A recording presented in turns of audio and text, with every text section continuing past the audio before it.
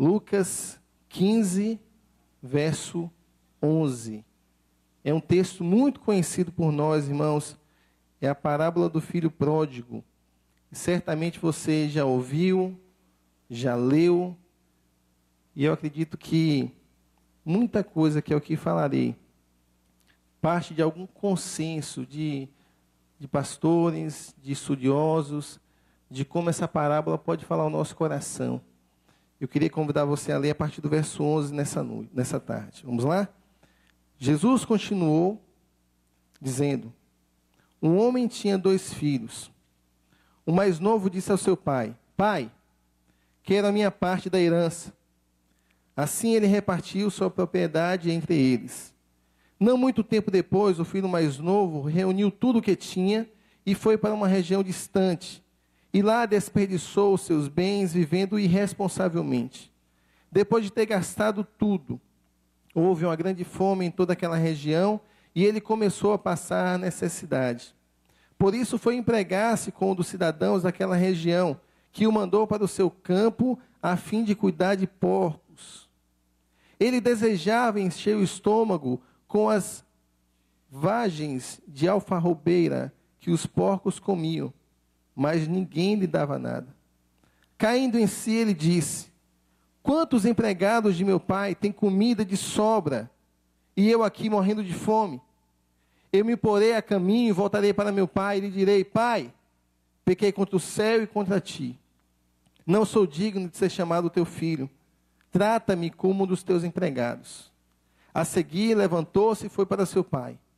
Estando ainda longe, o seu pai o viu e, cheio de compaixão, correu para seu filho, o abraçou e beijou.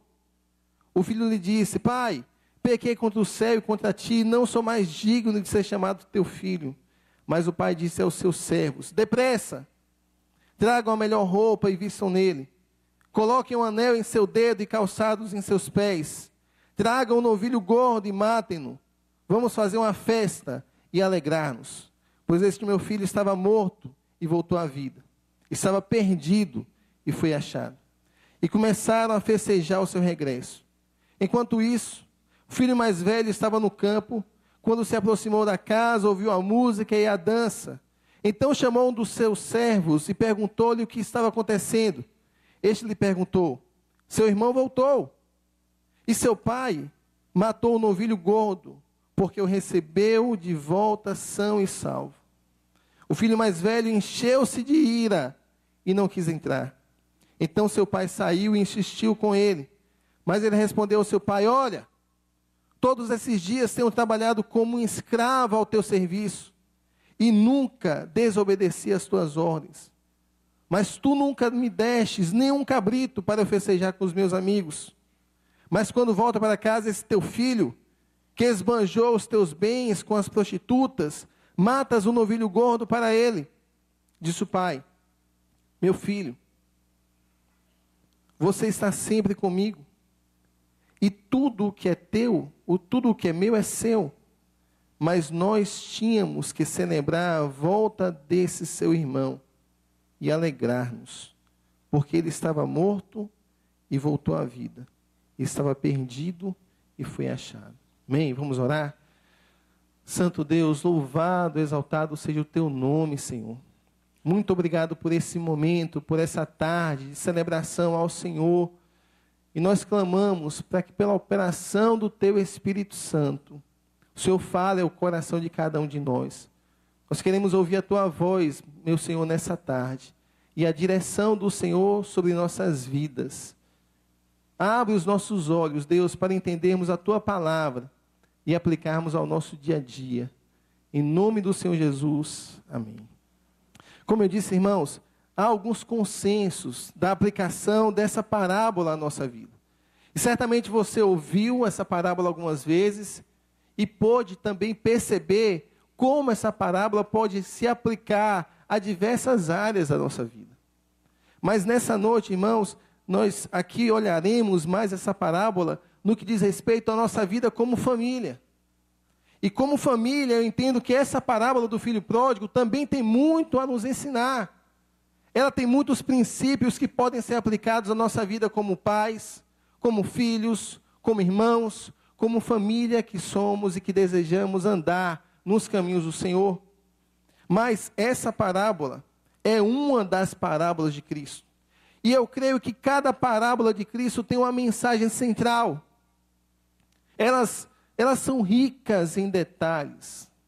E esses detalhes, por vezes, passam despercebidos ao olhar de nós, leitores. São muitas parábolas. Através delas, Cristo nos ensina sobre várias coisas. E há parábolas que nos falam a respeito do perdão, outra nos fala sobre perseverança, uma outra nos ensina sobre a atitude de oração que deve existir em cada um dos nossos corações. A parábola em que Cristo nos ensina sobre o evangelismo, sobre a semente que é lançada ao coração. Há parábolas de Cristo que nos ensinam sobre a sua própria volta, sobre a nossa condição de autossuficientes. Há parábolas que Cristo nos ensina sobre o nosso dever, o nosso papel de exercer misericórdia para com os outros. E tantas outras parábolas, tantas outras lições, tantos outros princípios igualmente importantes para cada um de nós. São parábolas, são ensinos de Cristo. Contudo, irmãos, eu considero a leitura dessa parábola muito propícia para o dia de hoje. Quem esteve aqui pela manhã ouviu sobre as 5 linguagens do amor, ouviu sobre o nosso papel como pais que nós como dirigentes, como cabeça do lar, nossa responsabilidade é nossa casa. E essa parábola também fala da figura do pai. E entenda, ela não só diz sobre o pai que ama um filho precipitado e irresponsável. Ela não só fala do pai que é pai do filho pródigo. Ela fala do pai que também é pai do filho mais velho. Essa parábola apresenta o amor do pai para com o filho mais velho, que a princípio parece ser cheio de justiça, de autossuficiência, mas que com o passar do tempo nós percebemos, atentos às palavras que Cristo coloca para nós, que ele também era um homem cheio de falhas. Que esse homem mais velho também precisava do cuidado, do ensino e do amor do pai. E que esse homem falhava não só com Deus, não só com seu pai, mas também esse homem falhava com o seu irmão mais novo. Esse filho mais velho não era justo, não era completamente reto.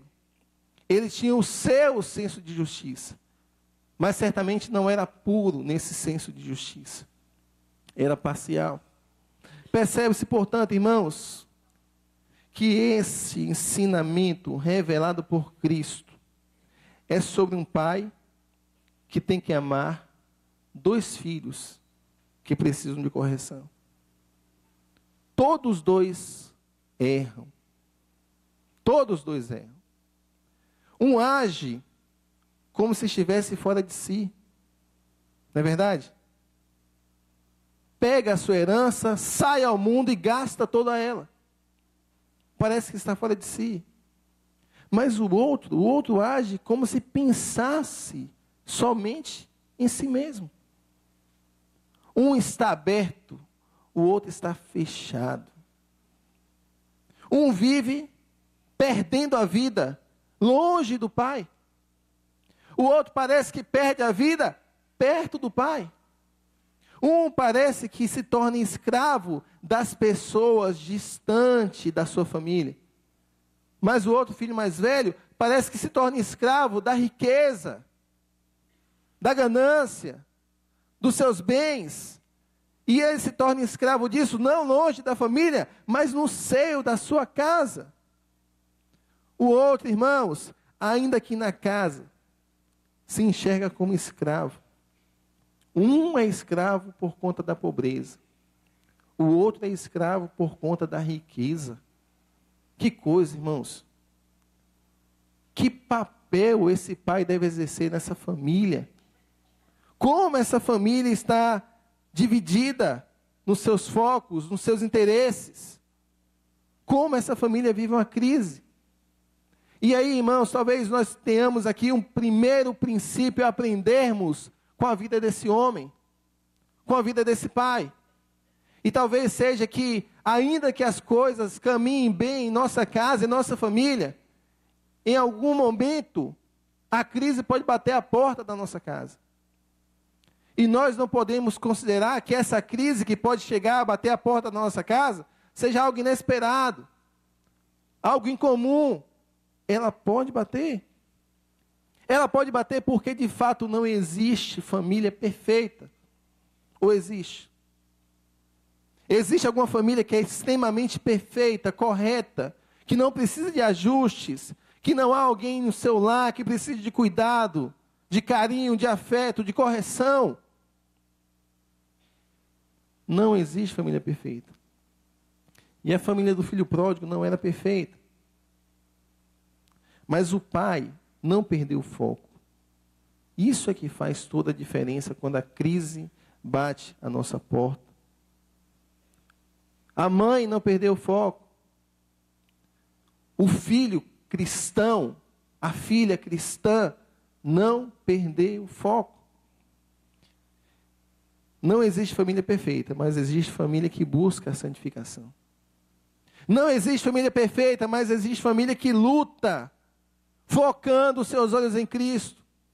E que por isso segue firme, ultrapassando os obstáculos. Mas essa luta, essa batalha, esse foco não significa dizer que não haverá crises. Que não existirão motivos para se dobrar os joelhos, para se parar, para se ajustar a caminhada. Na família, irmãos, nem sempre as coisas vão bem.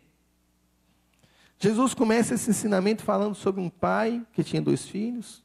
O mais novo dessa história faz algo que deveria ser considerado um escândalo para aquela época e cultura.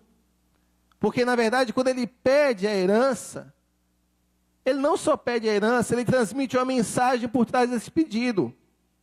Fazer isso, irmãos, era o mesmo que manifestar que desejava a morte do pai.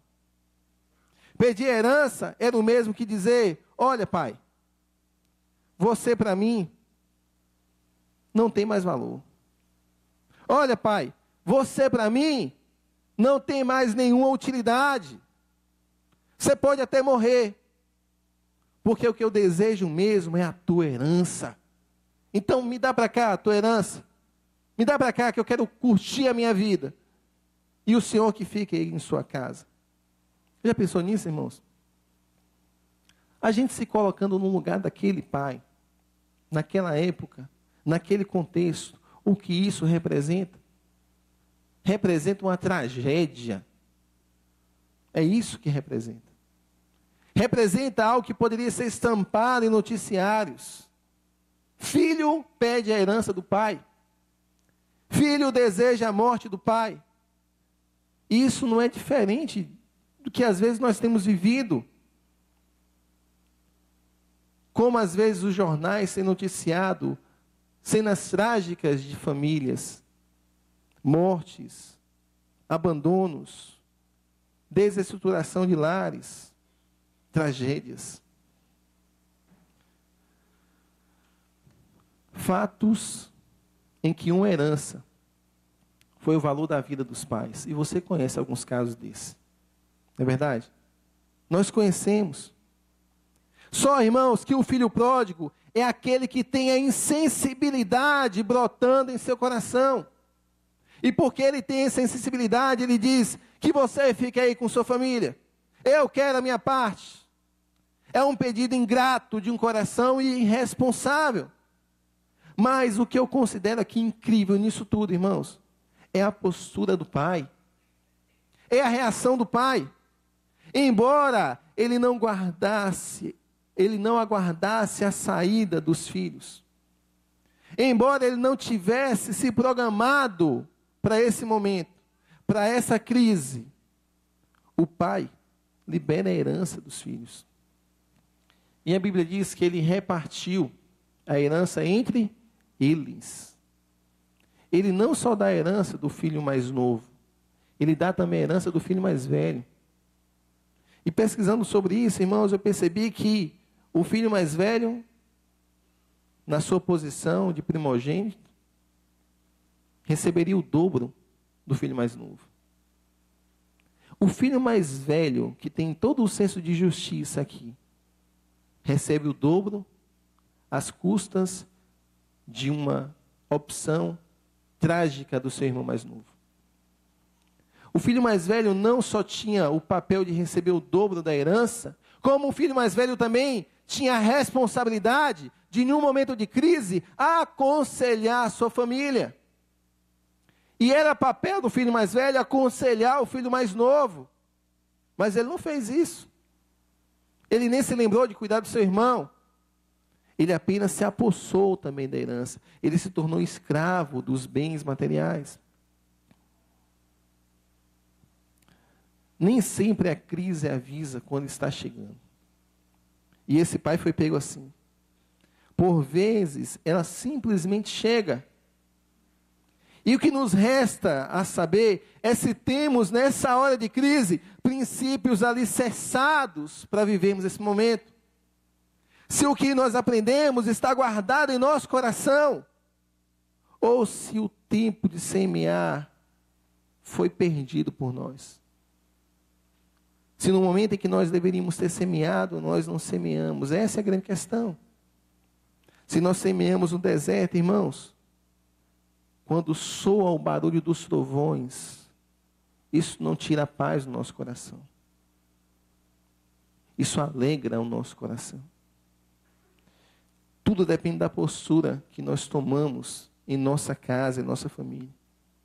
Por isso, essa mensagem nessa noite, irmãos, tem um propósito de tocar em nosso coração, como membros em nosso lar, como responsáveis em nossa casa, de como cristãos, dentro do nosso lar, alicerçarmos a nossa família com o nosso testemunho e com princípios do Senhor, para que quando chegue a crise, nós saibamos onde estamos pisando. Amém, irmãos? A palavra de Deus também nos ensina, irmãos, a respeito do pai. O pai também foi aquele que não se culpou. E é interessante que quando eu pesquisava a respeito disso, eu via quantos escritos tinham a respeito dessa postura do pai. Quantas pessoas, ao lerem esse texto da Bíblia, meditavam e percebiam a postura do pai, de não se culpar. E não foram apenas dois, mais pessoas eu percebi tendo essa mesma visão. O pai não se culpa. E é interessante isso, irmãos, porque no verso 12 ele diz, assim ele repartiu sua propriedade entre eles. Perceba que esse pai, ele não se culpa pela falta que não é sua, pela falta dos seus filhos, ele não se culpa. Ele sabia que não tinha motivos para se culpar. Por quê? Porque ele foi dado uma responsabilidade e ele aceitou essa responsabilidade de educar seus filhos. Essa é a impressão que nós temos, de que quando ele tinha a responsabilidade de educar os seus filhos, ele educou. De quando ele precisava falar a respeito dos princípios do Senhor, ele falou, ele viveu, ele ministrou. E às vezes eu fico pensando, irmãos, em nossas posturas diante da crise. Quando nós percebemos que alguma pessoa amada por nós toma uma postura que nós não entendemos ser a correta. E às vezes nós temos a tendência de nos culpar. E dizer, por que que esse menino faz isso? Onde foi que eu errei? Por que que meu irmão age assim? Onde foi que eu fui omisso? Aí é uma grande questão. Será que eu fui omisso? Se eu fui omisso, eu pequei. Mas será que eu ministrei a palavra do Senhor? Será que eu dei meu testemunho? Será que eu falei? Se eu assim fiz, eu não tenho por que me culpar. A semente está lançada no coração. E eu preciso crer e orar que no tempo certo aquela semente brotará no coração dessa pessoa. Amém, irmãos? É assim que nós precisamos viver. Irmãos, quando eu falo isso, eu me lembro de mães que viviam uma crise na sua casa. E Deus me deu a oportunidade de conviver um tempo com uma mãe dessas. E eu chegava na casa dessa mãe e via a mãe orando ao Senhor pela vida do seu filho. Via orando, irmãos, via chorando. Mas quando eu conversava com essa mãe, ela dizia, irmão Carlos, o que eu preciso fazer, eu tenho feito. Eu tenho feito. Eu tenho orado, eu tenho dado o meu testemunho em minha casa, eu tenho vivido para o Senhor. A vida do meu filho está sobre as mãos do Senhor, porque essa é a minha oração. E esse filho chegava 2, 3 horas da manhã, e ele andava com a moto, e ele caiu várias vezes de moto. Cada queda deixava uma marca na vida daquele menino. Mas para a glória do Senhor, eu vi aquele jovem se converter a Cristo. E vi aquela mãe manter a mesma postura, dizendo: Deus continua sendo fiel, assim como era antes da conversão de Emanuel. Deus é fiel. Ela não se deixou levar por essa crise, ainda que sofrendo, ainda que angustiada, ela sabia qual o princípio ela estava vivendo. Então, queridos, você tem condições de educar seus filhos, sua casa, eduque, invista tempo. E hoje pela manhã nós ouvimos sobre as 5 linguagens do amor. Invista amor na sua família. Se comunique com as ferramentas que você tem na sua casa, mas fale do seu amor por sua casa. E fale do amor do Senhor para com a sua família. Invista tempo no crescimento do seu lar. Plante a semente do Evangelho em cada casa, em cada coração, para que quando seus filhos venham a sair, e os filhos um dia sairão, você tenha paz em seu coração. Salmo 126, verso 5 diz: aqueles que semeiam com lágrimas, com cantos de alegria colherão. O que mais o Pai nos ensina? O Pai nos ensina que nós precisamos estar pronto a perdoar. E quantas histórias nós temos, irmãos, de pais, de mães, de irmãos, que estragam a sua estrutura familiar porque não perdoam. Você certamente conhece algum caso. E aí, alguém diz: olha, se você colocar os pés fora dessa casa, nunca mais volte. Nunca mais volte. Olha, se você não me der isso ou aquilo, eu vou sumir dessa casa. Não ouviu, não? Suma da minha frente e não volte nunca mais. São palavras negativas que nós lançamos no coração da nossa família e que são plantadas e que vão gerando algo complicado para a nossa vida como estrutura familiar. Não há, irmãos, como nós vivermos de forma harmônica, saudável, temente ao Senhor, se nós não estivermos prontos a amar. E não há como amar sem perdoar. E não há como ter uma estrutura familiar equilibrada sem que o amor exercite o perdão no meio da nossa família. Então, palavras duras, atitudes destemperadas, que consomem a harmonia familiar, mágoas enterradas no coração, decisões egoístas, indiferença, orgulho, tudo isso vai contra o perdão. E nós sabemos que quando nós perdoamos, nós somos os primeiros a sermos abençoados. Amém, irmãos? Sim. E é um exemplo claro disso, simples disso. Às vezes nós não perdoamos e nós guardamos aquela mágoa em nosso coração.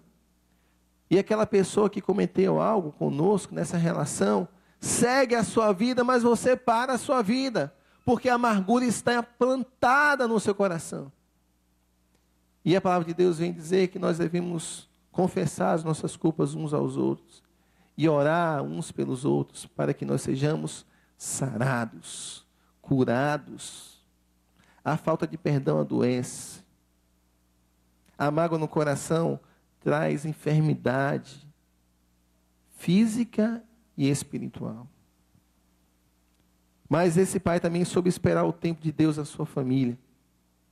Ele soube esperar o tempo de restauração, o tempo de renovo. E é interessante como o pai aguarda por esse tempo. Aguarda. E a cena que nós temos parece que esse pai está na varanda de casa ou na janela de casa, na porta de casa, aguardando sempre a volta do seu filho. Ou não é assim que nós entendemos, irmãos? Esse homem está olhando para ver se esse filho chega algum dia. Ele mantém no seu coração a esperança do renovo na sua família. Ele crê que um dia o seu filho voltará. Por quê, pastor? Porque parece, irmãos, que ele guarda as sandálias, que ele deixa preparado o anel, que ele deixa o cordeiro engordando, que ele deixa uma roupa à disposição, tudo para a volta do filho. Parece que esse pai aguardava a volta do seu filho e ele cria que o tempo de colher o que ele havia plantado chegaria. E por isso ele preparou-se para a volta do seu filho. E aqui nós aprendemos, irmãos, que nós precisamos olhar com os olhos da fé sobre nossa família. Amém? Com os olhos da fé sobre sua casa, sobre as crises que você passa, sobre a relação dos seus filhos entre si, ou a sua relação com seus filhos. Nós precisamos crer que haverá mudança, que Deus agirá, que chegará o tempo do renovo. Nós precisamos crer que esse tempo de restauração chegará à nossa família, aos nossos filhos, ao nosso casamento, à vida dos nossos pais. Nós precisamos crer que nós alcançaremos isso. Porque nós cremos no cuidado do Senhor, amém, irmãos? Nós cremos no cuidado do Senhor com a nossa casa. Não só no cuidado do Senhor sobre os que estão perto, mas no cuidado do Senhor sobre os que estão também distantes. Por isso nós oramos. E por isso a palavra de Deus em 1 Pedro 5,7 diz: lancem sobre ele toda a sua ansiedade, porque ele tem cuidado de vocês. É sobre o Senhor que nós precisamos lançar, irmãos, nossa ansiedade. E a direção também das nossas dificuldades, como das nossas vitórias. Mas é interessante como esse filho vê a sua casa. Eu queria convidar você para ler o verso 17. Lucas 15, verso 17. A Bíblia diz que esse jovem parece que cai em si, dá um estalo, estando ali trabalhando, cuidando de porcos, desejando comer a comida dos porcos, parece que dá um estalo. E a Bíblia diz assim no verso 17, caindo em si ele disse: quantos empregados de meu pai têm comida de sobra? E eu aqui, morrendo de fome. Eu me porei a caminho e voltarei para meu pai e lhe direi: Pai, pequei contra o céu e contra ti. Não sou mais digno de ser chamado teu filho. Trata-me como um dos teus empregados. A seguir levantou-se e foi para o seu pai. É interessante essa visão que ele tem de casa. Ele está no meio da perdição na sua vida, sem comida, sem dinheiro, sem roupas, sem dignidade. E o estalo vem. E de onde é que ele lembra? Ele lembra dos seus amigos? Ele lembra da sua cidade? Ele lembra das noitadas que ele teve? Ele lembra do dinheiro que ele tinha? Das amizades novas que ele construiu? Ele lembra do quê? Ele lembra de sua casa. É a casa que vem à memória dele. Mas a casa não vem à memória só como um lugar que ele viveu, um lugar que ele cresceu. Mas a casa vem à memória como um lugar de abrigo, como um lugar onde tem pão sobre a mesa, um lugar onde tem cuidado, um lugar onde tem generosidade.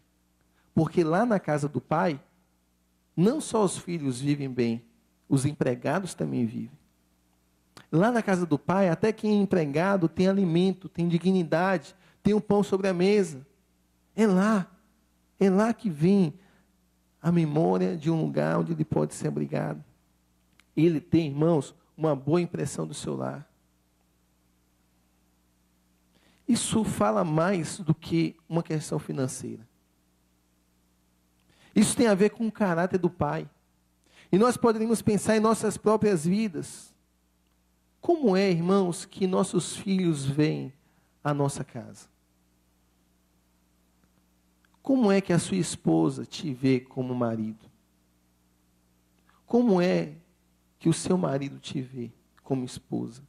Como é que os seus filhos olham para você? Qual é a impressão que ele tem de você? Você tem plantado boas impressões do seu lar para as pessoas que habitam nele? Você acha que quando seu filho sair de casa e ele lembrar da sua casa, qual vai ser a impressão que ele vai ter do seu lar? Como é que vai ser isso, irmãos? Nós precisamos investir bons momentos em nossa família. Nós precisamos investir tempo e carinho em nossos lares. Nós precisamos exercitar as linguagens de amor em nossa casa. Nós precisamos investir a palavra de Deus em nosso lar, para que quando os nossos filhos ou algum membro da nossa casa se ausente, ele lembre do nosso lar como um lugar de acolhimento. Como você quer que sua família seja vista amanhã? Invista nela. Faça da sua casa um lugar de perdão, como o Pai fez. Faça da sua casa um lugar de abrigo. Faça da sua casa um lugar de misericórdia. Faça da sua casa um lugar de acolhimento. A família precisa disso. Nós precisamos disso. Nós, como lares cristãos, precisamos da direção de Deus em tudo em nosso lar. E que domine nossos sentimentos, nossos temperamentos, que domine todo o nosso ser, que nosso lar seja um testemunho de Cristo para os que estão dentro, mas para que estão fora também da nossa casa. Amém, irmãos? Eu me lembro, irmãos, eu já citei isso aqui alguma vez, eu peço até liberdade para contar novamente. Eu tive um colega no seminário, isso tem uns 10 anos. Na verdade, quando ele me contou isso, tem mais de 10 anos. Ele fazia engenharia civil, hoje é formado, mas me lembro de um tempo caminhando no seminário, no pátio do seminário, e lá havia muitos coqueiros. E estava ventando, era uma área bem aberta, e esse meu colega disse: Carlos, está vendo ali? Os coqueiros flambam. Eu disse: como é? Os coqueiros, rapaz, eles flambam. Eu disse: o que é flambar? Que até então, eu até hoje conheço flambar também como aquele negócio que põe fogo, lembra, na panela? Assim. Mas ele disse de flambar. E o flambar do coqueiro é aquele balançar do coqueiro. E por vezes o coqueiro balança tanto que parece que ele vai deitar, mas volta. Não é assim? As árvores com tronco firme, elas não flambam. Elas são imponentes, elas têm uma copa bem grande, elas são vistosas, elas demonstram força, mas não flambam. E o coqueiro não, é fininho, mas é útil. Ele é fininho, parece ser até o seu tronco feinho, mas é útil. Ele dá um pouco de sombra, ele dá água de coco, você pode amarrar uma rede nele. E ele flamba, ele balança. E quando o vento vem, ele não quebra no meio. Mas se o vento pega a árvore grossa e sacode a árvore grossa, ela quer se manter firme. Ela quer parecer imponente. Ela quer parecer aquela árvore bonita e forte, inflexível. E aí a gente sabe que algumas árvores até caem, racham. Mas o coqueiro não. Ele é flexível. Nos ensina, né, irmãos? Ou não? Será que a gente tem sido árvores que querem trazer uma aparência de força, de vigor, de inflexibilidade em nossa casa, de resistência, de autoridade em nosso lar? E aí, quando vem as crises ou as dificuldades, a gente quer se manter firme ali, irredutível. A gente precisa aprender com o coqueiro. O coqueiro flamba. O coqueiro balança. E aí, quando vem as crises, ele consegue passar por elas. Deita, mas volta à sua posição original. Esse texto traz à mente, de fato, a memória do filho e a memória do pai. O pai perdoa, o pai acolhe. E aí a gente chega aqui, irmãos, no desenrolar dessa história, pensando na vida do filho pródigo. Talvez seriam outras áreas para se tocar aqui, inclusive na vida do filho mais velho. Mas o filho pródigo nos ensina, assim como um pai nos ensina. O filho pródigo nos ensina, irmãos, a não tomarmos nenhuma decisão precipitada em nossa vida, a não sermos afoitos em nossas decisões, porque nossas decisões que tomamos hoje podem ter consequências enormes lá na frente. E ele nos ensina, portanto, irmãos, que nós precisamos tomar cuidado em nossas decisões, em nosso casamento, em nossa família, em nosso trabalho, em nossa igreja, que nós precisamos ter uma postura de temor ao Senhor, que nós precisamos ter uma postura de temor ao Senhor também, valorizando o que Deus tem nos dado, valorizando nossa casa, valorizando nossos pais, valorizando nossa família. E não esperar perder, como ele perdeu, para depois valorizar. Não esperar o tempo de dizer, olha quantos empregados meu pai tem, e todos eles comem, e eu aqui estou morrendo de fome. Nós precisamos aprender com eles a valorizar o que o Senhor tem nos dado. E se nós, como servos do Senhor, temos percebido que temos falhado, não tomar uma postura orgulhosa em nosso coração, mas voltar atrás. Voltar à casa do Pai. E aqui nós louvamos com os irmãos. Eu queria até convidar o grupo de louvor, por favor, que viesse aqui à frente, para que a gente louve ao Senhor mais uma vez aquele cântico, voltando ao primeiro amor. Que você, do seu canto, fechasse seus olhos e meditasse na palavra desse cântico ao nosso coração. Pense na sua postura, em seu lar, em sua família. Se você tem sido resistente demais no seu lar, inflexível, pense nisso agora.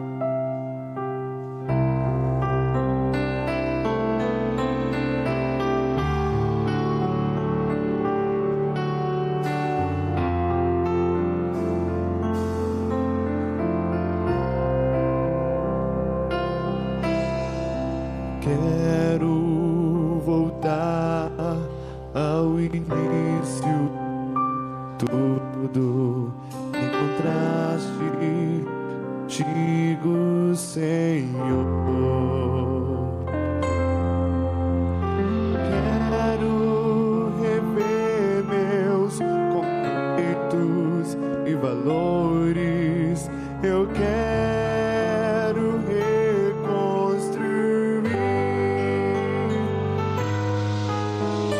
Vou regressar ao caminho, vou ver as primeiras obras, Senhor. Eu me arrependo, Senhor, me arrependo, Senhor, me arrependo, Senhor. Eu quero voltar ao primeiro amor, ao primeiro amor. Eu quero voltar a Deus. Eu quero voltar ao primeiro amor, ao primeiro amor. Eu quero voltar a Deus. Amém. Queria que você curvasse sua cabeça nesse instante e orasse, mas antes de orar, pensasse na sua postura como membro do seu lar. Como é que você tem sido em sua casa? Quais têm sido as posturas que você tem adotado? Postura de graça, de misericórdia, de perdão, postura de amor. Ou seu coração não tem manifestado sobre a misericórdia? sobre cuidado, de fato, que nós precisamos dedicar a nossa casa. Você tem investido tempo, qualidade de tempo, investido a semente do Evangelho no coração dos seus? Como é que tem sido sua vida em seu lar? Talvez você tenha errado, irmão. E talvez hoje seja o momento de você voltar atrás, de você reconhecer isso diante de Deus e dizer: Senhor, eu quero a tua ajuda para ser um novo pai em minha casa. Eu quero a tua ajuda para ser uma nova mãe, um novo filho, um novo irmão. Eu quero a tua ajuda. E eu me comprometo a me render ao Senhor nessa caminhada. O filho pródigo, ele quebra o orgulho com o coração humilde. Sem humildade você não vai conseguir dar esse passo. Se renda ao Senhor. Deus, nós queremos adorar o Senhor, meu Pai. Agradecer ao Senhor por esse momento de culto tão maravilhoso na presença do Senhor. E louvar ao Senhor por tudo que aqui ouvimos, por tudo que aqui manifestamos, por cada louvor, por cada momento de oração, por cada atitude, Deus, que visa a adoração do Teu nome. E nós queremos também agradecer ao Senhor porque a Tua palavra tem o poder de tocar em nosso coração. E nos colocamos diante da Tua palavra, Deus, aquilo que o Senhor falou ao nosso coração nessa tarde. E clamamos por Tua ação sobre nossas vidas. Nos fortaleça, Senhor. Nos fortaleça como pai, como mãe, como filhos, para que em nosso lar nós tenhamos uma postura daqueles que querem ser instrumento da Tua graça sobre nossa família. Em nome do Senhor Jesus, meu Pai, que nós sejamos aqueles que em nosso lar acolhem, cuidam, tratam, toleram, mas também ensinam. Ó Senhor, tem misericórdia de nós. Nos ajuda com a presença do Teu Espírito Santo, Senhor.